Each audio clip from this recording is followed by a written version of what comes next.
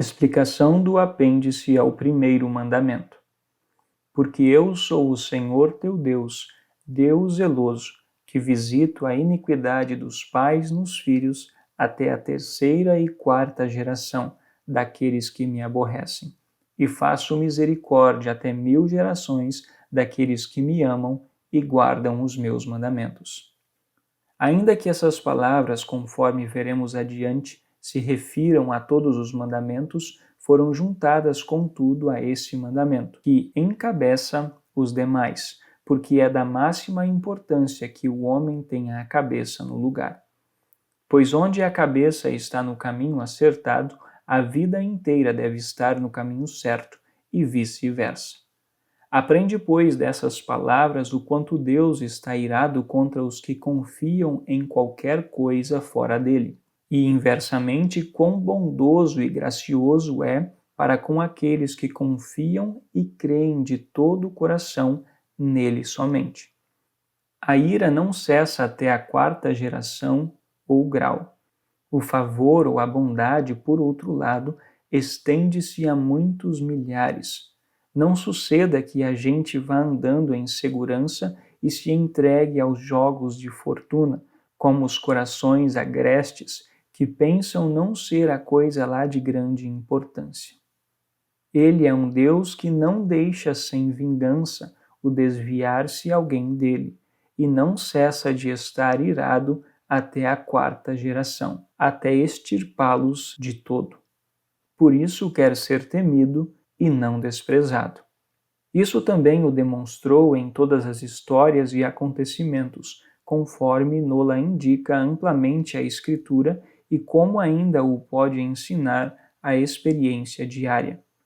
Desde o princípio inteiramente, extirpou toda a idolatria e por causa dela, tanto os gentios como os judeus. Da mesma forma, também derriba em nossos dias todo culto falso, de tal sorte que quantos neles permanecerem terão de perecer afinal. Portanto, embora ao presente se encontrem panças soberbas, poderosas e ricas que desafiadoramente blasonam de seu mamão, sem cuidarem de saber se Deus está fuzilando ou sorrindo, como gente que confia em si poder suportar-lhe a cólera, não o levarão a termo. Naufragarão, ao contrário, repetidamente, com tudo aquilo em que confiaram, como sossobraram todos os outros que talvez se hajam julgado ainda mais seguros e poderosos. Exatamente por causa de tais cabeças duras, os quais imaginam que Deus, visto limitar-se ao papel de mero espectador e permitir continuem solidamente plantados, ignora tudo a respeito ou não se interessa no caso precisamente por isso, Deus tem de golpear e castigar de maneira tão dura a ponto de não poder esquecê-lo até os filhos dos seus filhos, a fim de todos estacarem e verem que a coisa não lhe é brincadeira. E é a esses que ele tem em mente ao dizer, os que me aborrecem, isto é, aqueles que persistem na sua insolência e soberba. O que se lhes pega ou diz, não o querem ouvir, quando são repreendidos para que se conheçam a si mesmos e se emendem antes de principiar o castigo, ficam doidos e fora de si, para merecerem a ira justamente. É o que agora observamos todos os dias no caso de bispos e príncipes. Mas por terríveis que sejam essas palavras de ameaça, muito mais poderoso é o consolo existente na promessa de que os que se apegam exclusivamente a Deus podem estar certos de que Ele quer mostrar-se misericordioso para com eles, isto é, demonstrar puramente coisas boas e benefícios, não só neles, mas também nos seus filhos, até 1000 e outra vez 1000 gerações. Isso, por certo, nos deveria mover a impelir e esperar em Deus de coração, com toda a confiança, se desejamos receber todo o bem no tempo e na eternidade. Porquanto a alta majestade vem tanto assim ao nosso encontro, nos estimula tão cordialmente e nos faz promessas tão ricas, que o coração de cada qual se penetre, portanto, seriamente disso, não suceda a gente considerar isso como se tivesse sido falado por homem, pois que isso te rende ou eterna bênção, felicidade e salvação, ou eterna ira, desgraça e pesar. Que mais quererias ter ou desejar do que isso de ele tão efetuosamente prometer-te que será teu com tudo o que há de bom e que te protegerá e ajudará em toda a apertura? A falha está em que o mundo não acredita em nada disso, nem o considera como palavra de Deus. Porque o mundo vê que aqueles que confiam em Deus e não em Mamon passam por aflições e apertos, e o diabo se lhes opõe e os obstaculiza, de maneira que não tem dinheiro, nem favor, nem honra, e além disso, mal se conservam em vida. Por outro lado, os que servem a Mamon têm poder, estima, honra, bens e toda a segurança aos olhos do mundo. Razão porque é preciso que se entenda que essas palavras se dirigem precisamente contra aquela falsa aparência e se saiba que não metem nem enganam, senão que inelutavelmente se mostrarão verdadeiras.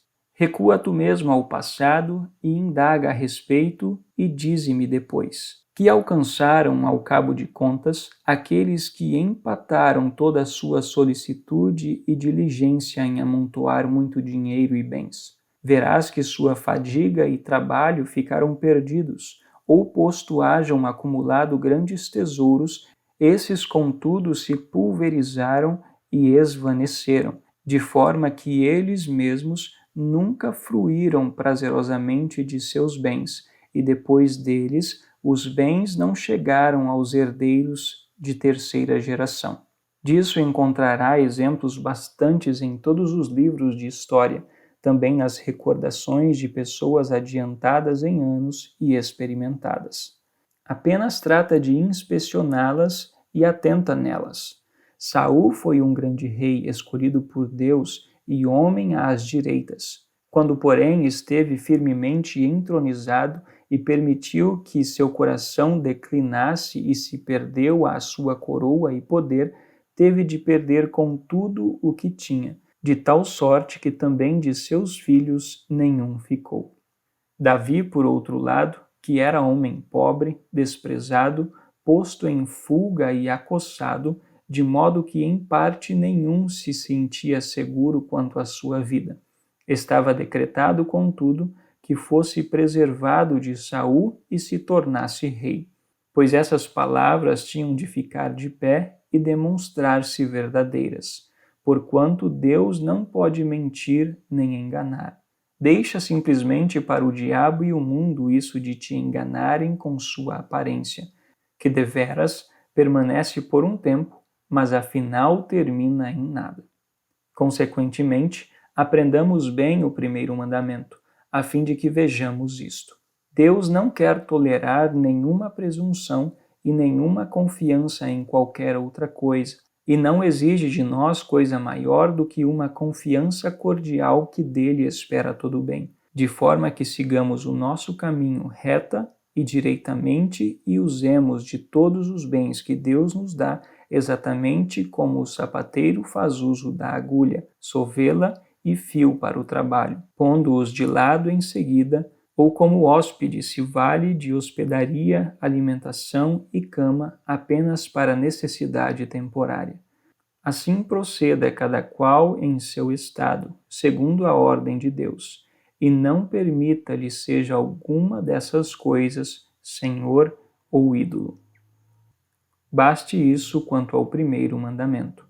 Foi necessário explicá-lo minudenciosamente por se tratar do mais importante, pois conforme anteriormente ficou dito, onde o coração está bem havido com Deus e onde se guarda esse mandamento, aí o cumprimento dos demais se segue por si.